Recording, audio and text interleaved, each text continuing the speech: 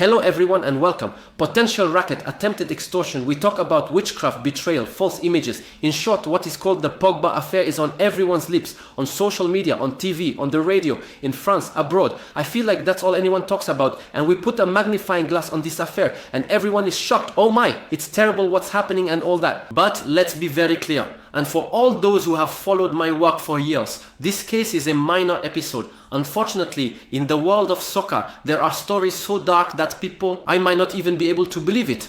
Obviously, we draw a parallel with what the very great Togolese striker Che Emmanuel Adebayor said about the extortion attempts he was a victim of in his own family, that he was threatened with a knife, etc. So some have been able to say yes, but it's an epiphenomenon and all. But no, unfortunately. In this video, we will revisit some cases with very specific names and others where I will deliberately not include names in order not to censor what is really happening. Because the real problem is the censorship and the fact that it's such an opaque world that people think, but everything is fine. Because actually, they show you what you want. Today, communication is almost entirely managed by clubs and agents. There are fewer and fewer journalists, but more and more communication, if not to say professionals. Propaganda. That is to say, if you don't comply, they will revoke your access. And if they revoke your access, it could potentially inconvenience your employer, etc. There is so much unhealthy cronyism. We talked about it in several videos. It is the country of lies. So they will make you believe, look, everything is fine. We love each other. It's like Care Bears. It's we are the world. It's human rights. It's whatever you want, etc. And like that well-known player who is campaigning for LGBT rights, and then his mother got together with a lady, and now it's apparently a disaster. LGBT rights are for others, but well, when it concerns one's own family. So all these images, let's say, are completely to please people for I don't know what. It's laughable. It obviously reminds us of the Ryan Giggs affair. There's a trial going on. By the way, in the United Kingdom, we've had these last few years where he had an adulterous relationship with his brother's wife. Well, sordid stuff. There were other things like psychological control and everything. There are plenty of stories like that where you say to yourself, but it's a crazy world. So you'll tell me so much money and especially so much access. The fact that you have all these temptations because everyone sees you as a cult. Deep down, it's football. We don't know how to say no, whether it's a player or the people around the players. Because I remind you, and that's why it's also dark, unfortunately, is that from us, even in politics, you don't really have police. It's true. Well, it depends for whom. Well, in football, even less, you shouldn't touch it. When you have the player there, okay, when he starts making money, then you have the commissioner, the family, close friends. Let's say you have the agent, you have the image consultants, you might have the one who helps with financial investments. Well, everything you want, you have the club and all, you have a second circle that's connected to it, you have new friends, you know, those who find you exceptional now because you have money, you have the best tables in town, you can go everywhere, we could talk about all the guys who have become ambassadors for certain club sponsors. So then it grows. At the same time, there are betrayals within that circle. How many families have fought over the players? We've talked about it before. I take the example of Forland Mendy, who is primarily less advised by his older brother. And then the sister will twist the brain. Marie-Thérèse from Fairland. There will be family disputes, more talk, etc. Even my ex, his mom. We can talk about so many things, Plankers Joma. We could also talk about everything that happened at that level. And it's crazy. Ben Arfa, there are so many examples. And then when you have that, because sometimes you have players who get into trouble. We can think of Jonathan Klaus a few years back. Oh, but there would be a lot to say. We can think of Johan Molo and so many others. Johan Molo, who admitted he was extorted and everything.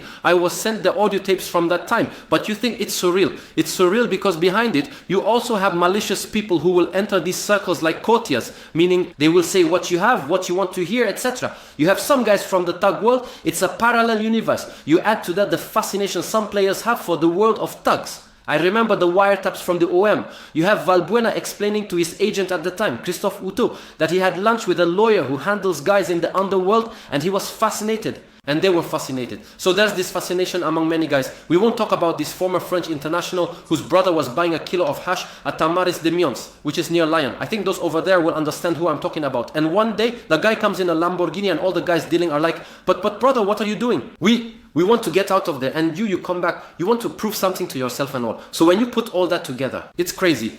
Add to that the code of silence in this insane environment and you think, okay. And when I talk about the code of silence, it seems there are still some big deals. I'm not even talking about all the pedocriminal networks at the highest levels of international football. Today we have the African Football Confederation under the orders of FIFA trying to pressure for the release of the president of the Gabonese Federation who was imprisoned for covering up a pedocriminal network. That goes by without a problem. Apparently about the man whom I greet from this Sport News Africa, no one talks about it. We are two fools. So here we are, two idiots talking about it, that's all. The rest, you must not say anything. So this silence on pedocriminality, which you see in other cases, we could talk about the Sigurdsson case, we barely talked about it. So if you take all the other cases of sexual violence, of domestic violence, there are international players, some of whom you see on TV, etc., who were punching and kicking their partners, etc. Money is given, pressure is applied, thugs are called, etc. There are plenty of people who are aware. I think there's a French newspaper, it's been 6 months that they've had an investigation they were supposed to publish, not mine, but they still haven't published it because they are receiving threats from agents saying they'll cut off access and everything. Hey, and when you see that you say, but are these the guys we idolize? Because it's true that when you're in the football world, I'm not even talking about the leaders, because the leaders are even worse. The leaders will tell you, I love the club, etc., while the guys are thinking about their own interests. And especially putting a lot of money, it's sickening. When you see the blackmail attempts between executives, between coaches, etc. For example, there's a coach, I will not name him. In his former club, they say, we want to screw him over. We're going to try to leak some text messages or emails where he talks about a community, blah, blah, blah, but we don't know how to do it. It's paranormal. When I say it's dark, it's very, very, very dark. So there's all these extortion issues and everything, but there's also worse. You have deaths. Well, we could talk about the player from Gingham, unfortunately, who passed away, named Natal Julan, I must say it so often, was similarly at the funeral, etc. The family did not want certain people to be there. But I would like to talk about Samba Diop. Samba Diop is a real tragedy. He was 18 years old, playing for Le Havre. He passed away suddenly. And all this time, it's been 3 or 4 years, the family is still looking for answers because apparently many things are being hidden, particularly a story about an injection, etc., some things that were injected into the body.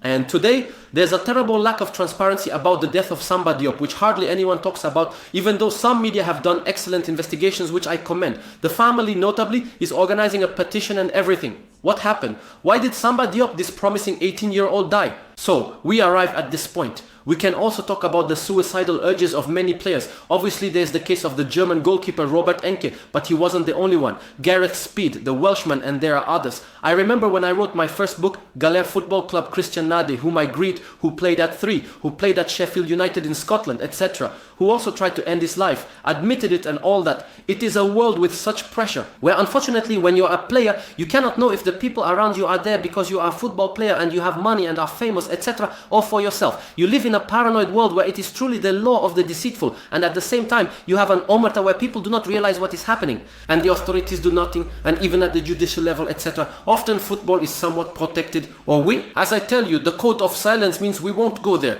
In the French team, you still have a player who has been extorted for years, who spoke to the federation. The federation did nothing. This guy believes he has protectors around him when they themselves organized a kidnapping on him. The guy ended up in a car trunk, but don't worry, brother, I'll handle this for you. Except he doesn't know it was arranged beforehand among the guys.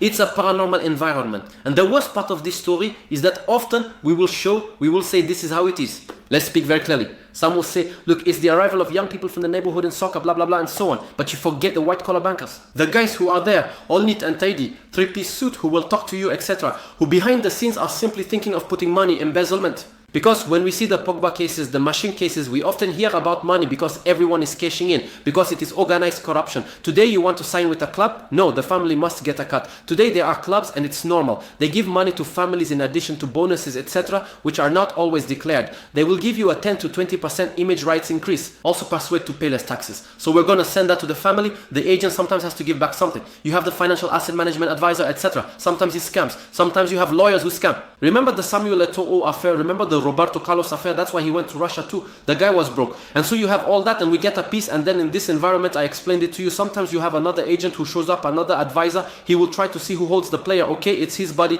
We will make him enjoy. We'll send him prostitutes. We'll send him here. We'll send him there so that after the guy, he will take something and then he will convince the guy to ditch his agent to sign with us. It's paranormal and nobody cares. So at some point, it's simple. It's either going to continue like this in a brawl, settling scores, and it's going to be very, very bad and people will say, oh, what's happening? Or at some point at a political level, it might be necessary to call an end to the fun and unfortunately consider the football industry, which is, I repeat, the beautiful game, a sport I love dearly from the bottom of my heart.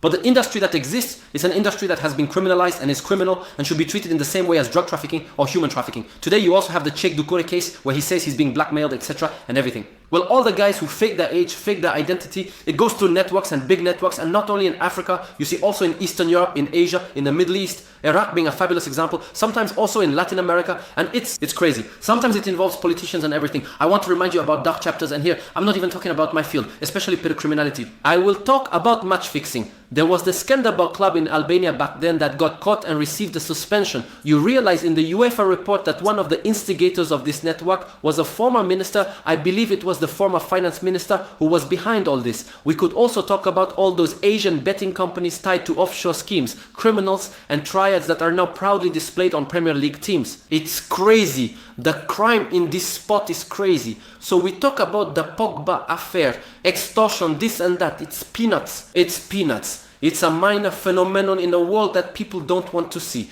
I will just finish with an anecdote. In my investigations that we've done on all these cases of pedocriminality, I also came across guys explaining human sacrifices to me. And I will finish on this. There is a very famous player whose father had children sacrificed because he believed it could help his son's success. And it's known. He was never prosecuted, nothing at all. When I say it's gruesome, it is gruesome. And what I'm seeing is perhaps 20 or 30% of what actually happens. That's why today I receive a lot of messages from everyone and all. I don't have time to handle all the cases, but we will still end this video with one thing, hoping there will be justice for one person. It's for somebody up and all his family.